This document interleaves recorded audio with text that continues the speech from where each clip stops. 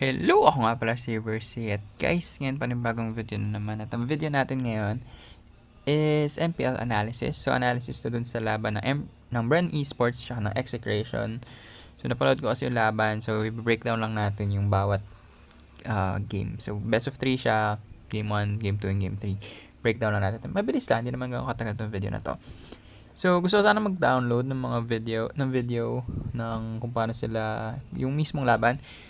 Pero baka makapiright tayo. So, stick na lang tayo dito sa hero section. Okay? So, game 1, ang mga naging core hero nila is yung talagang Execration tayo. Execration, meron tayong Bruno. And then, Bruno, tapos si Hate ata gumagamit. Tapos, yung kay Bruno, after nung kay Bruno, meron din silang support na Xborg. So, pagpasensya na yung mga namin. So, may Xborg naman na sumusuporta. Tapos, syempre, core tank talaga nila is the Grok. Okay, the Grok. So, itong tatlong to yung pinaka naging core dun sa game 1 nila na laban. So, dun naman sa kabilang team, which is the Bren Esports, meron silang assassin, which is the Hanzo, which is very effective nung late game. And then they also have the Selena. Saan si Selena? Tapos tank nila is tank nila is the Atlas. Okay, sa the Atlas. Mayroon silang Xborg. Pero ito yung mga pinaka naging core na napansin ko. Okay. So, ayun, very useful talaga. Ang naging pagkakamali ng Execration early game na first blood yung marksman nila, which is the Bruno. So hindi nakapag-snowball yung Bruno. Pangit dun sa nangyari dun. Dalawa lang yung kills ng Bruno. Ang huling standing ng Bruno nila is 255, which is konti. Naka-bounty hunter pa naman yung Bruno. So sayang yung bounty hunter. And napansin ko na yung kills hindi nila napa-prioritize. Like nai-steal ng Grok, nai-steal ng Jawhead. Joy tuloy ng Grok ng ano pa ba yung core nila? Teresla. Okay, na-steal nila yung sa kalaban. So, sorry, Teresla pa rin kanina, Teresla. So, yun. Napansin ko hindi na ibigay, hindi na prioritize yung funnel dito sa Bruno. Although naka-funnel, pero hindi talaga na i-funnel kasi yung mga kills hindi na ilasit nung dun sa Bruno. So, very crucial yun. And then, at the same time naman, doon naman sa kalaban, yung mid-game nila, medyo nagdelikado sila. Pero yung Hanzo, humapdi yung Hanzo. Hindi ko inaasahan na magiging ganun kahapdi yung Hanzo nila. And then, meron pa silang Selena. So, in terms of buff, and then, the jungling, panalo dito yung Bren Esports. So, nagkaroon lang ng konting momentum dito yung Execration kasi naghiwalay-hiwalay yung dalawa. Pero nung naghiwalay yung Bren Esports, pero nung nagsama-sama na, hindi na nila kaya. Okay, lalo na pag may stock yung or may blood orb tong Hanzo, hindi na nila kinaya. Okay. So, napakalakas ni Hanzo pala. So, game 2 naman, ng mga sorry pala, hindi pala Joy yun. Teresla. Okay, Teresla. So, game 2 naman, so nanalo naman dun sa game 2 is syempre yung Execration. So, 1-1 na sila. So, naging key factor naman dun is kinuha nila yung Selena. No, kinuha nila yung Selena. Tapos, kinuha din nila yung Lancelot. So, yun yung mga maganda.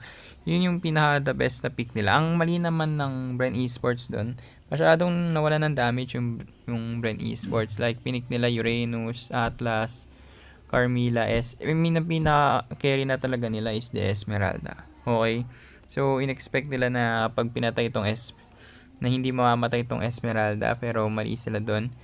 No, akala nila sapat na yung damage ni Uranus na naka-support type, Atlas, Carmilla, tapos Kaja. Masyado silang naka-mage type, to be honest. I mean, yung tank ng Execration nun, the Grok, pwede na lang mag-magic rest all throughout the game. So walang kwenta talaga yung nangyari nun. So, domination, Yung Lancelot naman, talagang na-feed lang din siya ng na-feed. So, pinakain lang nila, pinakain yung Lancelot. And at the same time, may map awareness sila. Dahil nga may Selena. Okay, so game 3 naman tayo. Game 3, ito yung magandang nawabot ng 28 minutes yung laban. Ganda nung bakbakan. So, ang core dito ng kabilang, nag-3 assassin yung yung Execration. Like, nag-Lancelot, nag-Hellcart, tapos, bakta, nag-Selena. So, early game, ang ganda. Sobrang ganda. So, dito ka lang na-realize na kung gaano kalakas si Ling sa late game and kung gaano ka-OP si Ling sa meta ngayon, no? So, walang nakakapigil dito kay Ling kapag late game. Like, nag-24 kills yung Ling nila. Si Carl TC or Carl C. Hindi ko alam paano i-pronounce. Basta yun, si Carl C. Early game, hanggang mid game, kinaya nila. Late game, nahirapan na. Like, nag-immortality tong Ling. And at the same time, si Ling, ang pinaka problema niya is malambot siya. Kaya tinernohan nila ng support, which is the Angela. So, yung Angela, ang galing ng pagkakasupport niya, hindi siya namatay. Talagang very useful talaga. So, yun nga, hindi talaga kinaya. Kasi yung Atlas din, kudos din sa Atlas. Ang ganda ng mga setups. Ganda ng mga setups ng Atlas. Sobrang useful ang pagkaka-setup.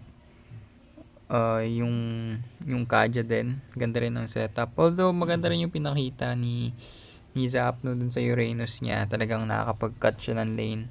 Ganda ng mga cut niya, yung mga German cut nga, ganda ng pagka-cut niya sa mga lane, pero hindi pa rin sapat. Hindi pa rin sapat yun.